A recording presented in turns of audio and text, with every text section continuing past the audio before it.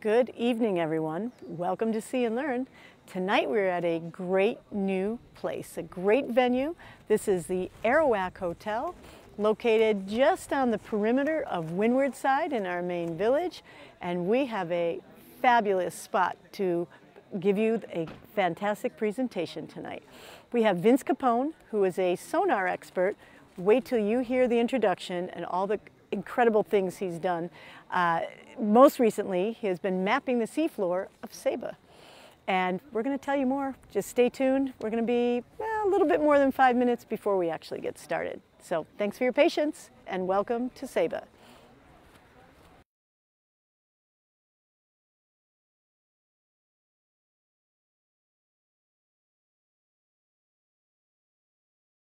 Because a couple times we dragged it up and down. Like the amount that lose baggage. There you go, that's right. It's easier to buy another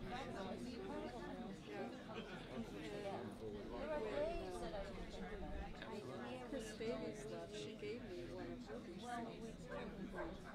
Because we were still here for a couple years after. Mine was the one I think they're going to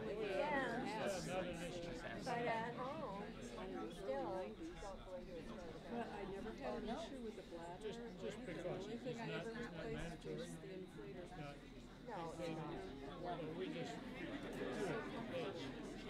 I know. I had one that I had for like, I guess 90. And also, my sister got it when I first got certified. And I just love that receive. It of course went everywhere and went in everything and every day. I don't want to get it.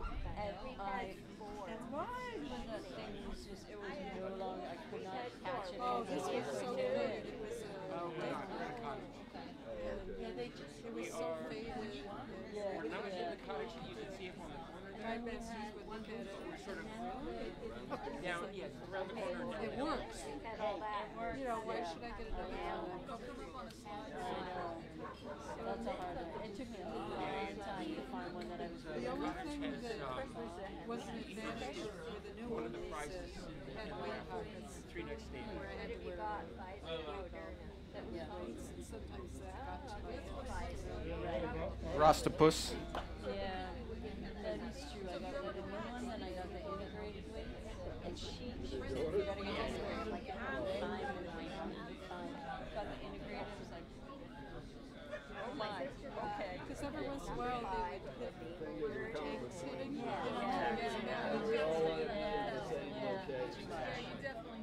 But the one that I used here now, instead of having the weight pockets show up, put them in from the top, there's a little zipper. And the bottom, you clip up, there's a clip where we are. You just unclip the thing and they fall out. And actually, the one up on you can see up on the corner is also I thought it was interesting. it might be base. It's nice that. Because sometimes they're hard to get in. I know, and then especially when you like you're underwater and then you think it's in, and then suddenly you realize, whoop, that didn't go in. Whoops! Whoops! The bottom's nearby. To the collect. Yeah. Yeah, we still haven't lost her. On a dive once she lost her, and dive master was coming up behind us with some other people, and he was just like, We're going to picked it up, found it, we're like, oh my god, I can't believe this. I'll be there a week. And we're going to be inland Belize for a week. Turner Flats. Paul that runs the coffee shop. I mean, we're quite a bit older. His partner is Chris. When they ran Share.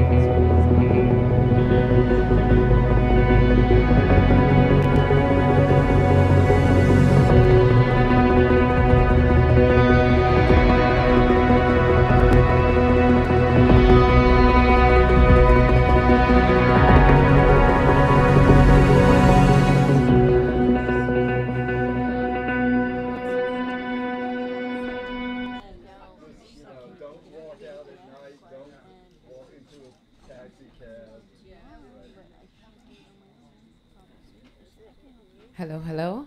Good evening, everyone, and let's give a round of applause for that beautiful video. It was made by Adam with Chizzy Lala Productions. So a couple of announcements for you guys tonight.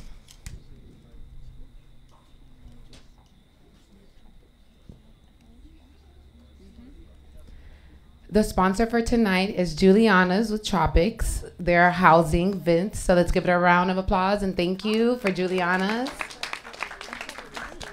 Carib Trans. We would not be able to live stream without Carib Trans. They're one of our biggest sponsors, so let's give a round of applause for Carib Trans.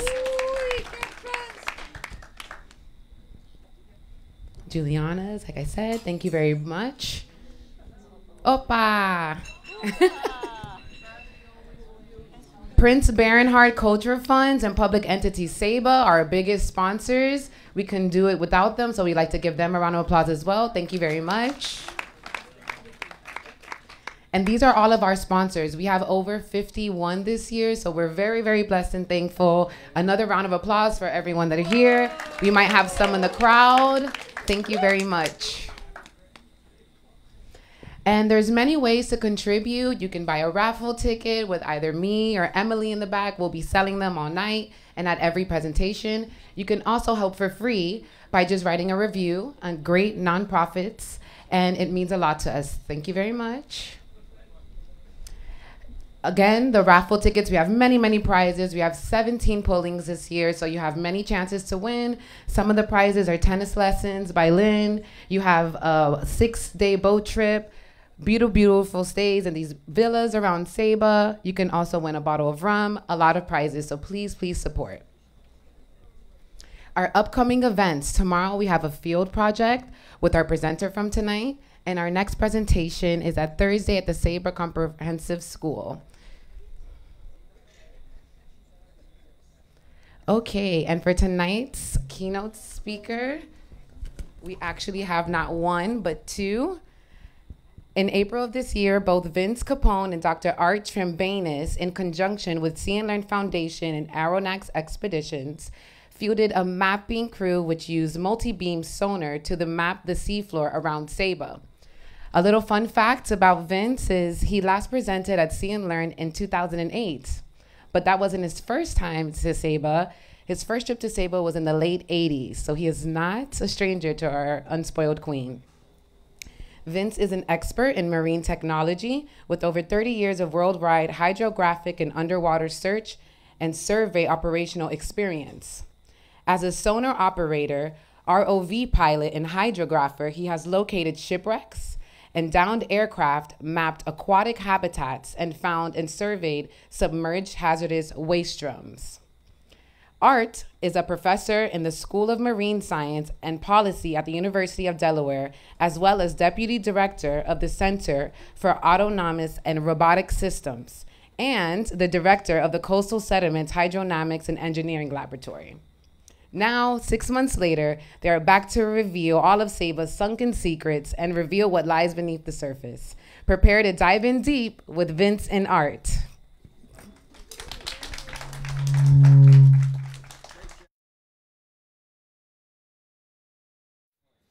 All right. So we got Art up here on the screen. Wave to everybody, Art. He's the brains of the operation. I'm just suntan and frisbee. So we're going to get started tonight. How many divers do we have tonight? Oh, quite a few divers, and that's good. So you've seen a little bit of the underwater world of SEBA, but you know, when we think about the ocean, you look out over that calm sea. We sort of think, and it's a little hard to see right now, but imagine this plane. Everybody doesn't really imagine, if you haven't dove SEBA, what the bottom of the ocean is like. So, you know, when you look on Google Earth, thanks to Dr. Sylvia Earle, who convinced the folks at Google they needed to do an underwater version and add it to Google, we have this sort of depiction of the ocean floor here from Puerto Rico over to Ceiba. And I'll let Art talk a little bit about the underwater terrain. That's his specialty. So Art, welcome. Go ahead.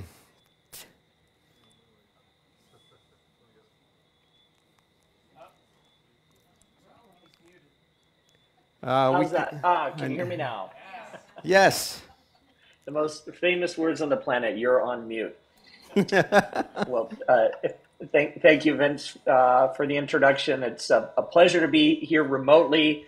I'm in the diver's paradise that is the Potomac River right now. So imagine thick chocolate milk, and you probably have a clear day here on the river. I wish, of course, that I could be joining Vince and the rest of you there on the island, but sadly I have some project commitments here.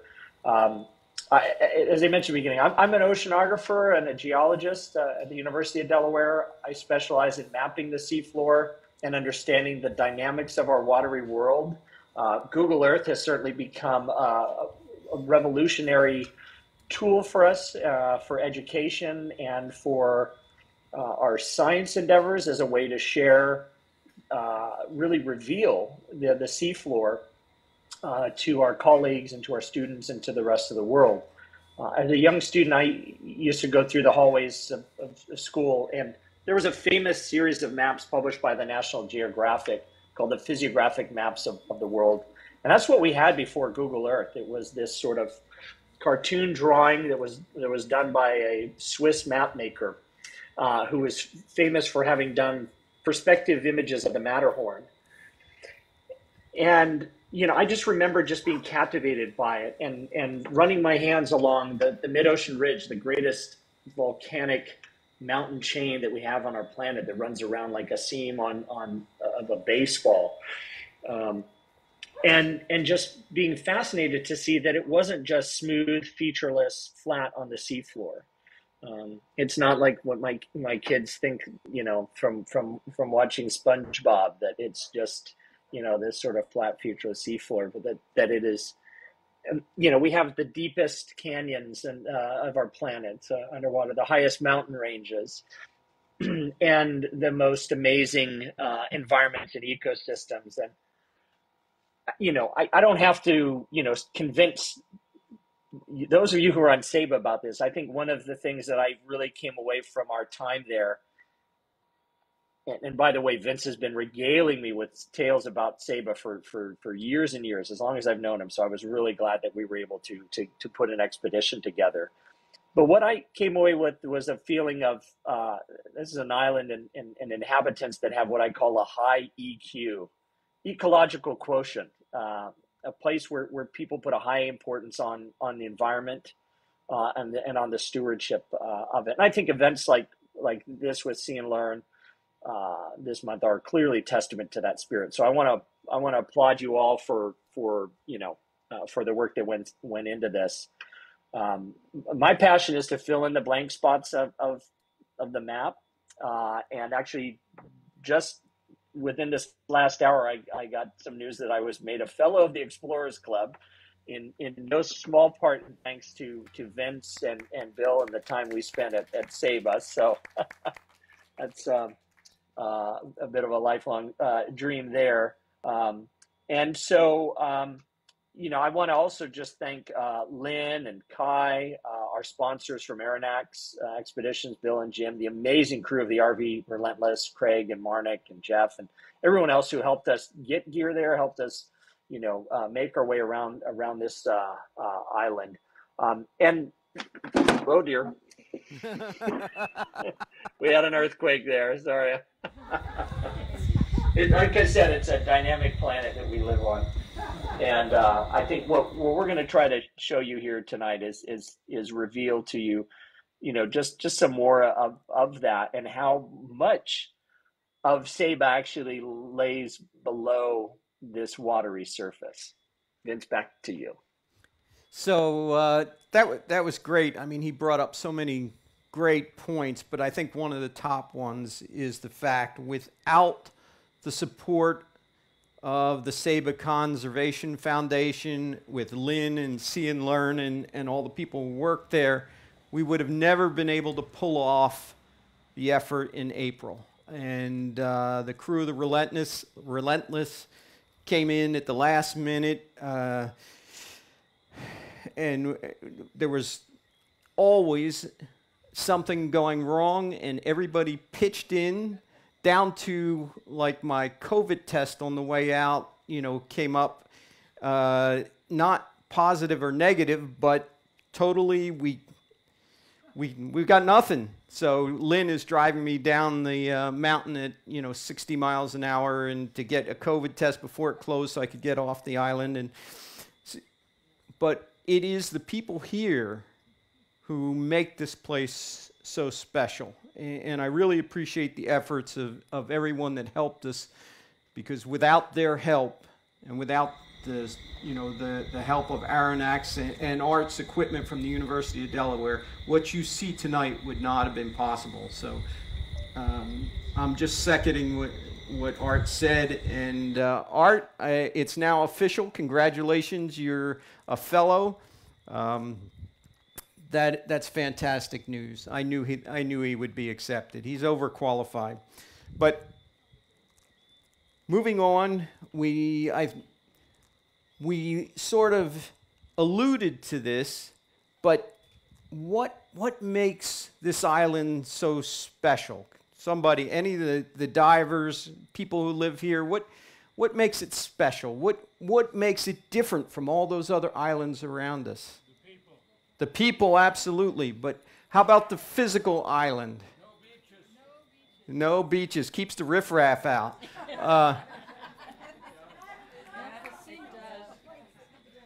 Say again.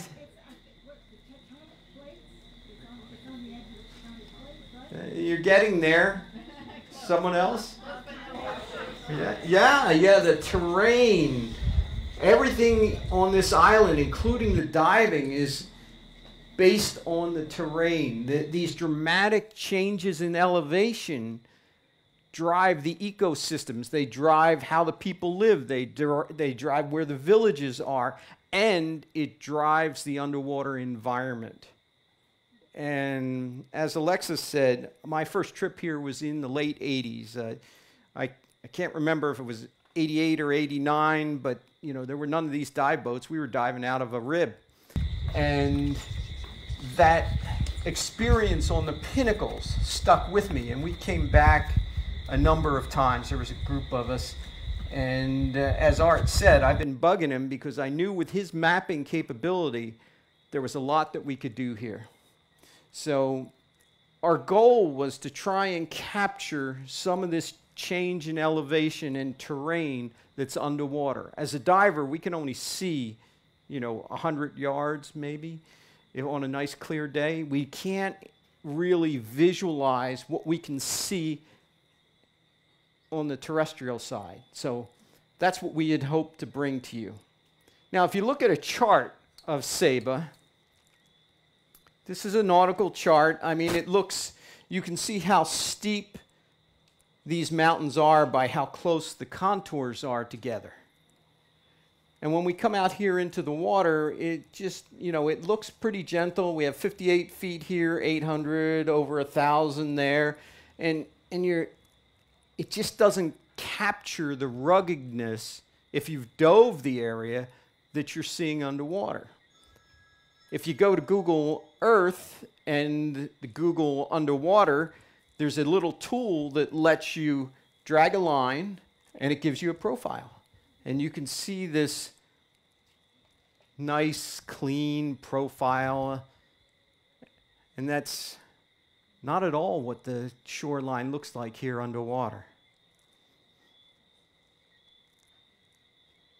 Okay, so underneath Art here, and with this line, this looks kind of messy. This is a single beam echo sounder. This is just a fish finder that is giving us the profile of the bottom, starting at off of Wells Bay. And notice how jagged, and this is a really neat feature we're going to talk about later, and the drop off, and now we're heading across that sound between the Pinnacles and the mainland. You get this little hump. So that nautical chart really doesn't capture that profile. It doesn't capture what you see or feel underwater. It does not capture what drives the underwater ecosystems of Saba. So anything you want to add to that, Art?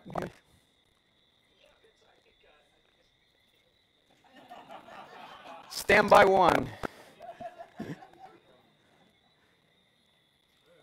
Okay, you're back. Almost.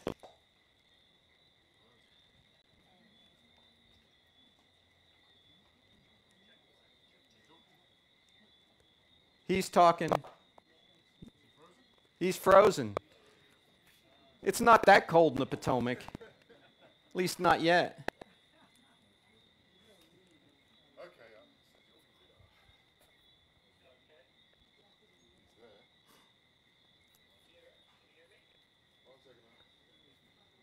Stand by one. So while he's doing that, this is going to be a story about what was a vision of mine for many years to map this area and this project that we did in April. And we'll talk about some of the results. And that's in feet. Yeah. So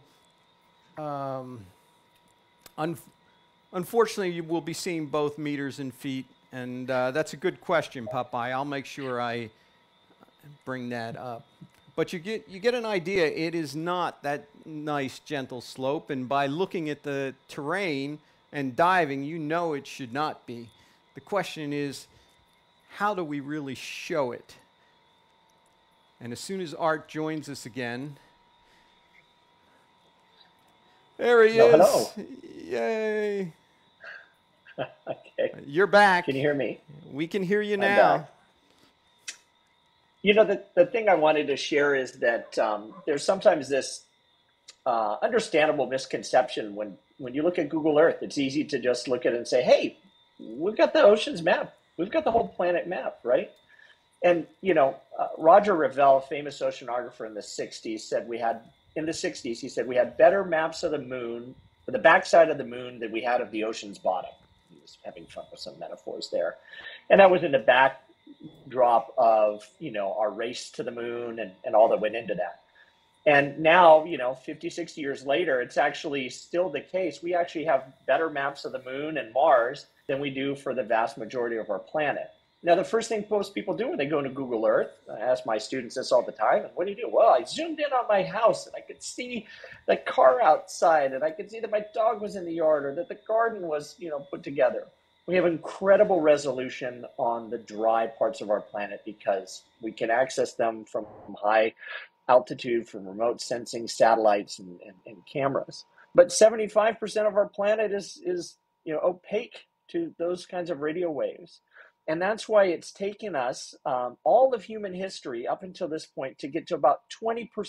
The latest figures are that we've mapped, and there's a larger debate to happen about what that means for it. But at least in terms of bathymetry, which is a portion, but not the fullness of what we try to do, but all the single beam, multi-beam that we've gathered from all sources around the planet, from governments, from industry partners and everything, we've just hit in this past year 20%.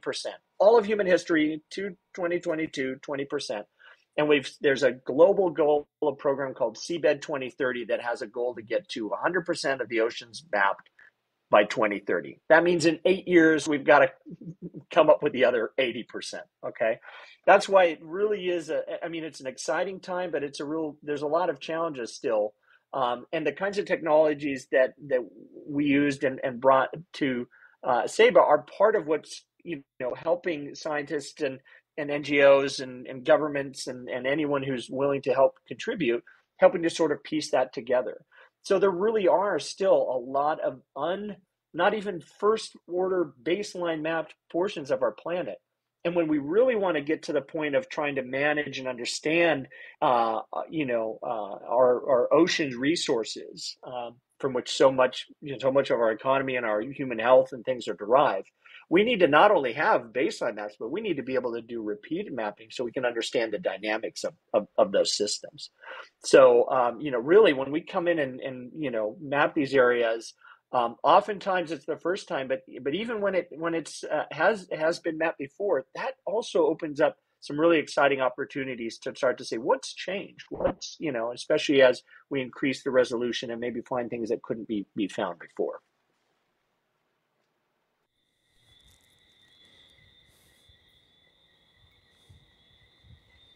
So I think summing up what Art said is we need a better chart, and that's what we did.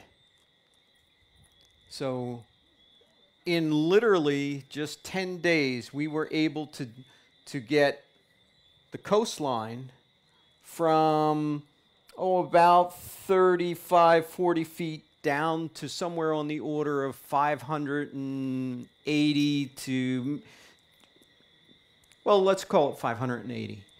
And we did the entire circumference of the island. And it showed us so many things. And even someone like myself who's been here a number of times and heard all the sea stories and all the diver stories and whatnot, we discovered some things that people really didn't understand previously. So we're going to talk a little bit about that. But if just to orient you, here's Fort Bay, right? This is where the Pinnacles are, where you guys were doing all the diving. This is Wells Bay up here. We're going to take you through some of what we found. So I've removed the island, and you can now see just the bathymetry, or the depth. So these are all depths. The color represents different depths, with the red being about 10 meters, going down to that 590 foot mark. So I'm switching meters and feet. I shouldn't do that. But so we're on the order of 35, 40 feet down to 590 feet to keep it. We'll come over here to the east of Fort Bay, and you'll notice this feature here. I just found this really fascinating. Just an undiscovered underwater peninsula, and it's fairly deep as well. And this is a zoom of it with a different coloration, and I'll let Art start to fill in a bit more about the data. Sure. Well, going back to that overall map that Vince showed, I mean, that's the culmination. That's more than 120 million data points from the multi-beam echo sounder after we've filtered and processed everything. We covered something like over 13 square kilometers, and I think we really managed it in about 4.5 days of actual mapping days. We had some weather issues, and of course there's always takes a little bit of time to get things sort of set up, especially anytime you go to a new place. So we really tried to do what we call mowing the lawn as extensively as we can. And the reason I say that is a lot of ocean exploration is really pretty tedious and boring, because in fact we have to mow the lawn back and forth to try to get complete coverage.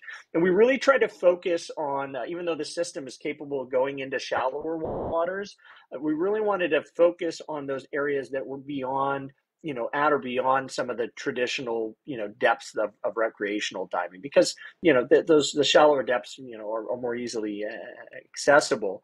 But we did manage to map everything for within 10 meters down to 180 meters. I think it included all of the marine marine park areas surrounding the island. And as Vince pointed out, if you go to the next or the subsequent slide, it's more than even just the bathymetry. We remove the above waterline, features, and we can really sort of focus on what's underwater, and we start to see, areas of canyons, steep areas.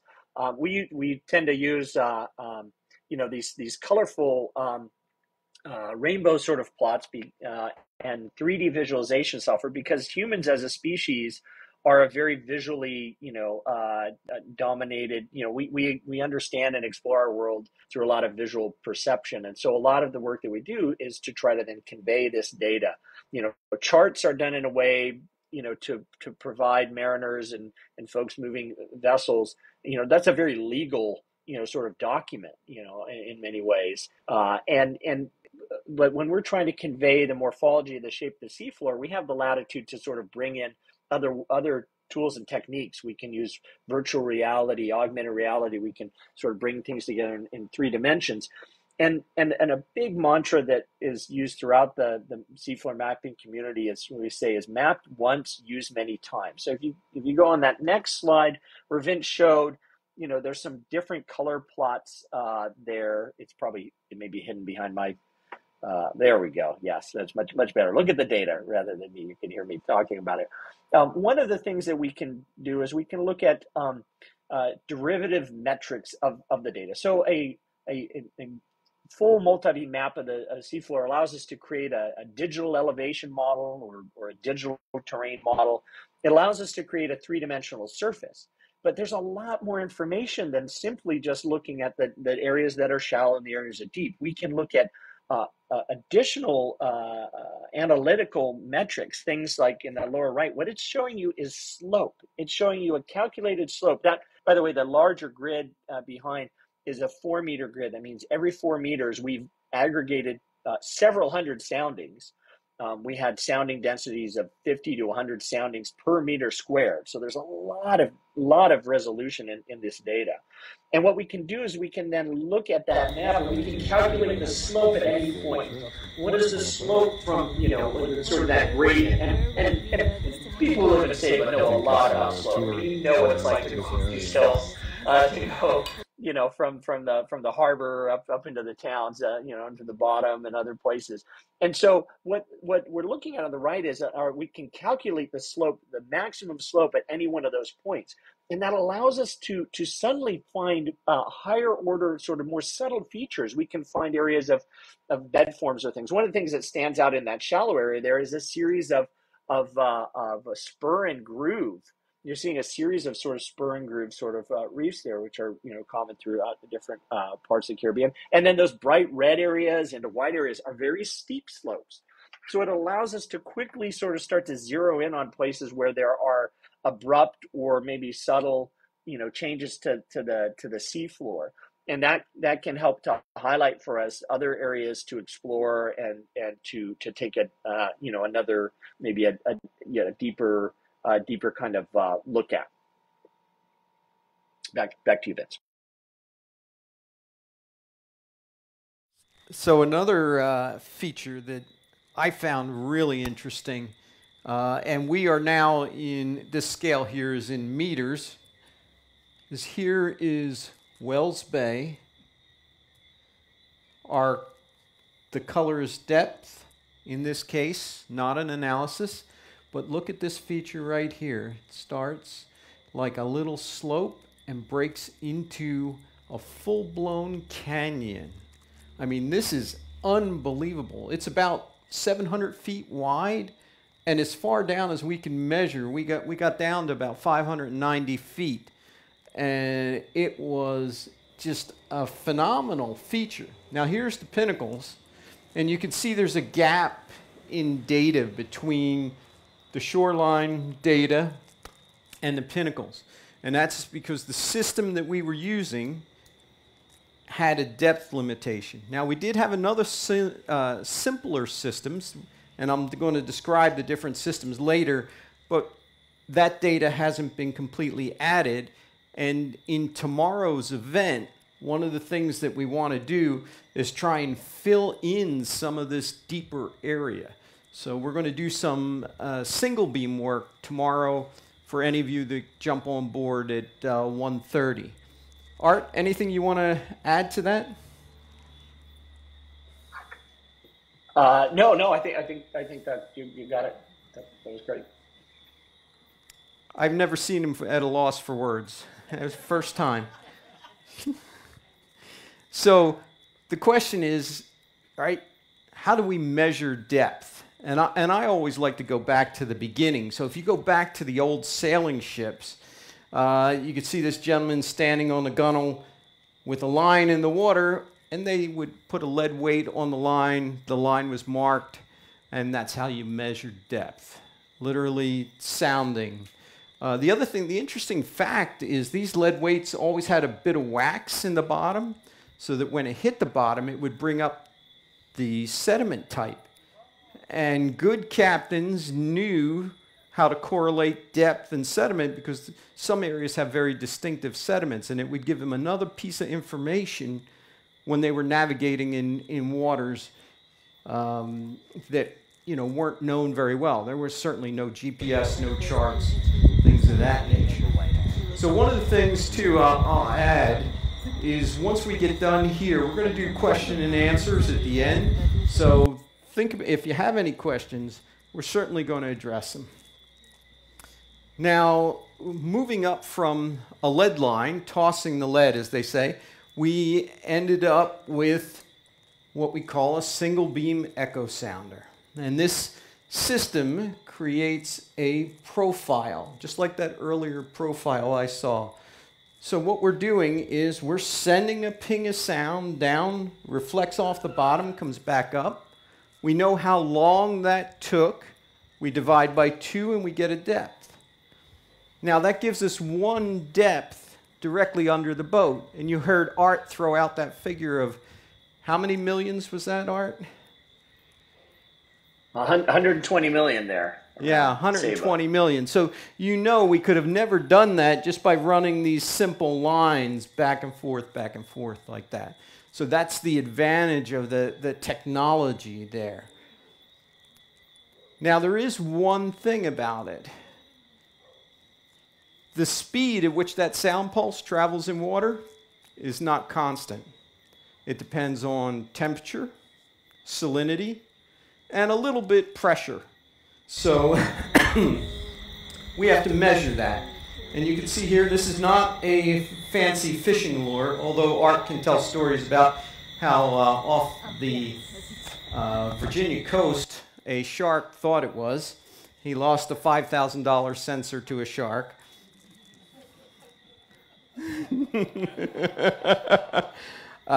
So we drop that down through the water column, and it measures the sound velocity.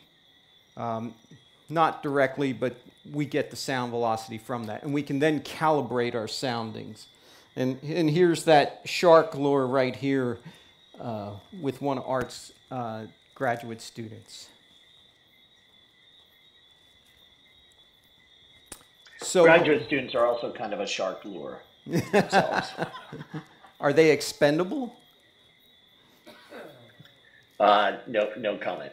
There's more paperwork involved. It's harder to insure them. So we go from this single beam data of little points or continuous lines to big fan-shaped data collection systems. And just to give you an idea, one of the things just to mention on that, going back to that previous picture, that's really important is that notice that fan beam gets wider as you get deeper, right? That's one of the great challenges. We spend a lot of time and effort. It means in a single beam that footprint gets bigger. It means for a multi-beam that swath width gets bigger. But there's always a trade-off in the seafloor mapping between range and resolution, and also just between what we call our swath width, our coverage. And that's what actually makes shallow water mapping really, really difficult as well. We tend to focus a lot on the difficulties of doing deep ocean mapping, and they are profound. That's a good term, I guess, to use. But there are, so anything in the thousands of meters and sort of deeper. But in the hundreds of meters to the shoreline, there are a lot of challenges as well. The system is, or the natural system is more dynamic in there. And as things get shallower, that swath width, if you bisect the base of that triangle, it gets narrower. And that means your line spacing has to get narrower. It's like a tractor pull. You know, the closer we get to shore, the more lines we have to do, and the less coverage we get. So it takes a lot longer. So just important to kind of keep in mind that the mileage can vary in terms of our ability to cover areas, and also the resolution that we can get, particularly when we're trying to map from surface vessels. Cool. I love it when he provides real data instead of just my meandering along here. But this is results of a single beam survey done on the Delaware River. This is a pier right here, and this is a mooring dolphin with a little causeway. And you'll notice, you know, single soundings with spacing in between them. That doesn't give us the map that you saw of Saba. What gives us that map is the multi-beam. Now each one of these soundings actually represents a 15 by 15 foot area, and there are literally dozens of soundings in. We just picked the shallowest sounding and displayed it on the chart. So that gives you some idea of the amount of data we're collecting.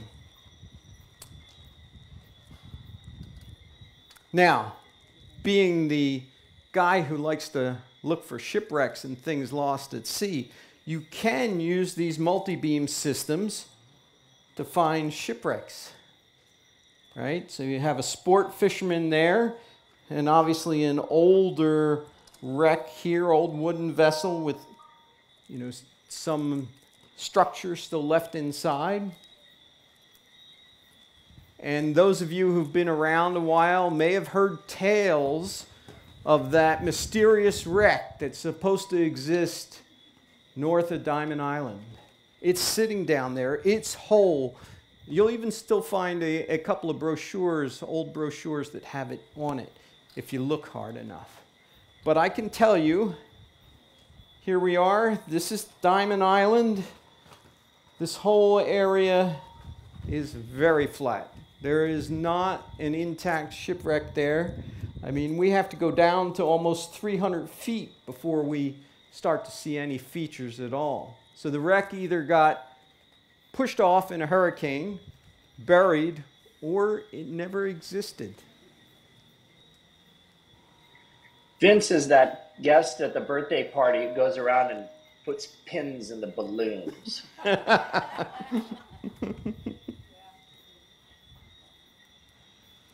What we did find was, this is Shark Shoal. Some of you may have made a dive out there in the last couple of days. There are a couple of, if you come out, I think it's around the order of 100 yards, 200 yards from Shark Shoal, there are some small reef-like structures. This one was known about, that's pretty close, but there are some other bumps there. It's pretty deep diving. I don't think we're going to be diving those. But there were a number of features that we found. So that's what we did. The question is, how did we do it? And so this is and we're starting to run a little bit long, but this is the story of how we actually got to that point. First of all, it takes a lot of gear. Now this was a unique operation because we flew all the equipment in. Normally we're packing up crates and sending crates of gear ahead of time, but because of some last minute changes in boats and the folks from the Reckless group or Saba Deep coming through with the Reckless, it really allowed us to, okay, we got to move. And to move quickly, we had to bring in all the gear with our luggage. And this system allowed us to do it. And you could see here, we enlisted the help of a lot of porters. Once the gear was here, then it's setting it up. And it's the physical putting the pieces together. It's the electronics of putting the connections together and getting things to talk to each other. And it's also the computer, getting the computer to interface with all this. So if you saw Adam struggling with all these cameras and things, getting set up earlier this evening, we feel his pain. Then once you get it all together, you got to get it on the boat. And installing it on the boat has its own challenges at times, because this system, we'll get to it, has to be mounted and in the water. So I'm going to let Art describe. Here's a schematic of the system that we used. Why don't you describe the system there, Art? Sure, and just to mention, kind of going back to this, my grandfather was always a big fan of an old radio show called by Paul Harvey. It was called kind of the rest of the story. And so what Vince is really sort of showing here is this is the behind the scenes. This is the stuff that really is the make or break of any mapping expedition. And it's the stuff that really generally never makes it into the documentaries, and we've been privileged and lucky, both Vince and I, to have been involved in a number of documentary things over the years. But really, logistics and getting gear there is such a challenging part of what we do. We're trained to try to work with our equipment and try to work around what Mother Nature ultimately has the final say in what we do. But a lot of times it's getting gear there. And this was, even though that may look like a lot of gear, that was the least amount of equipment that I've ever gone on an expedition, because usually we're trying to bring redundancy of equipment so that we have backups and backups to our backups and all that kind of thing.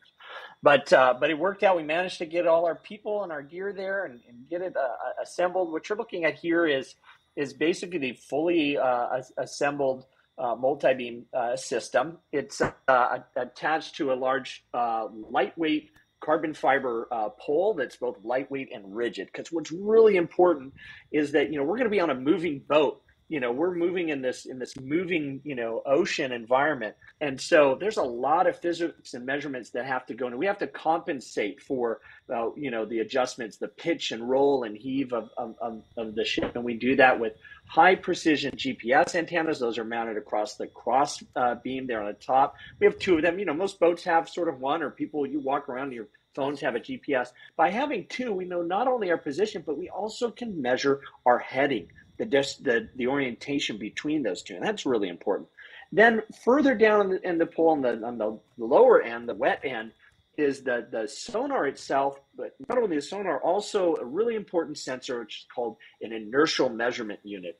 It's a really fancy, expensive sensor that measures accelerations and orientation of the system. So it's measuring. Has gyroscopes and accelerometers, and it's trying to keep track of all the motion. And by having it, it's what we call a coupled system. By having that IMU measure right at the sonar, we're capturing all those dynamics. And then also just above the sonar is a sound speed sensor. And it's really important, as Vince mentioned, sound speed can vary through the water column. And so we need to account for that. And we need to account for it right where it starts, the sort of the kickoff angle, to know that because we're having to adjust for all this sort of ray tracing and bending that goes on, because sound bends through the water just like light bends through a prism. So if you go to maybe the next slide, then you'll see some examples of actually now how we've taken that schematic and we have a boat, and every boat and every situation is a little different. We've been on big boats, small boats, in between sizes, and always I think one of the fun, exciting things about this work is that it's always different, even if you're using the same equipment. So we're constantly sort of learning and challenging ourselves to not fall over, challenging ourselves and our students to kind of come up with these innovations. There's a lot of MacGyvering for those who remember that TV show. I mention that to my students anymore. They look at me glassy-eyed, but really kind of adapting and overcoming. And that's where folks who have worked on boats, divers, boat captains, you know, they just learn a lot of that sort of soft and hard skills about making something work. And so this was no exception to it. You know, we had to spend some time kind of getting something to work and work really well, because the better position, the more secure that sonar system can be, the better data we're going to get. At the end of the day, we want the best data that we can get there. And then on the right, you can see actually a nice kind of waterline image, because we have to make sure that we get that sonar down deep enough that it's not, because it has such a broad angle that it can insonify that sweep angle, going back to that sort of triangle, that we want to make sure we get as much of that as possible, because that's going to give us as wide of coverage. And what we don't want to have it do is suddenly it's, you know, part of it's bumping up and seeing the side of the boat. We don't want to be mapping the side of the boat. We want to be mapping the side of this beautiful islet. Oh, there's another picture. Yes. And of course, though, we've got to sometimes move and get around, and sometimes we don't want to be putting too much stress or pressure on it.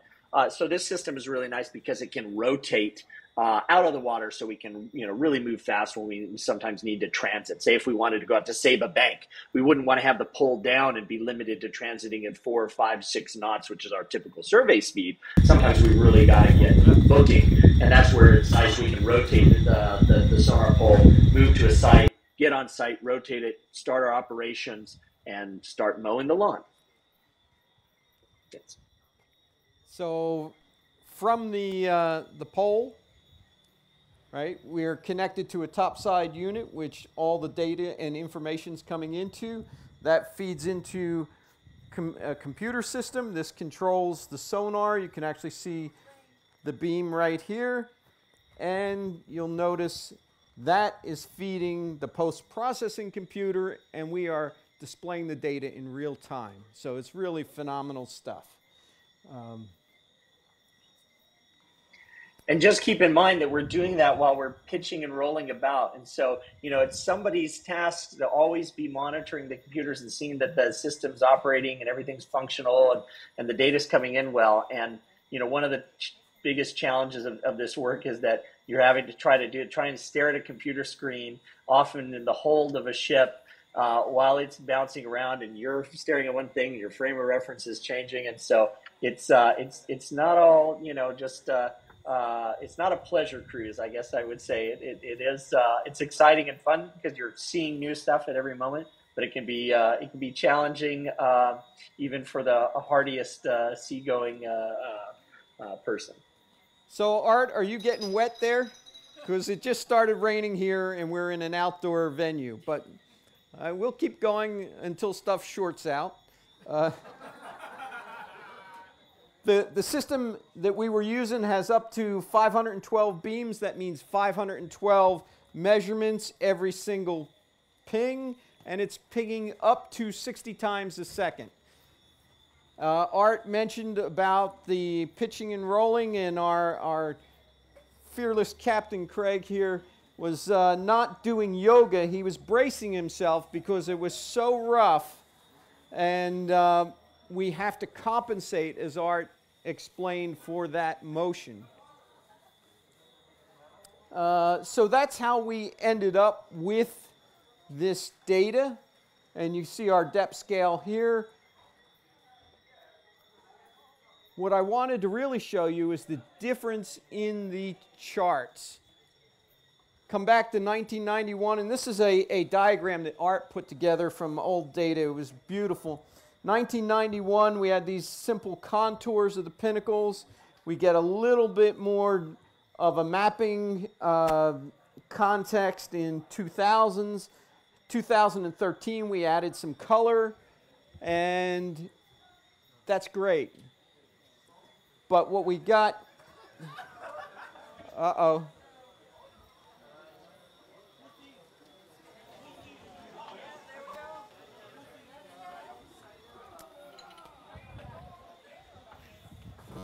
I think we're on hold, Art.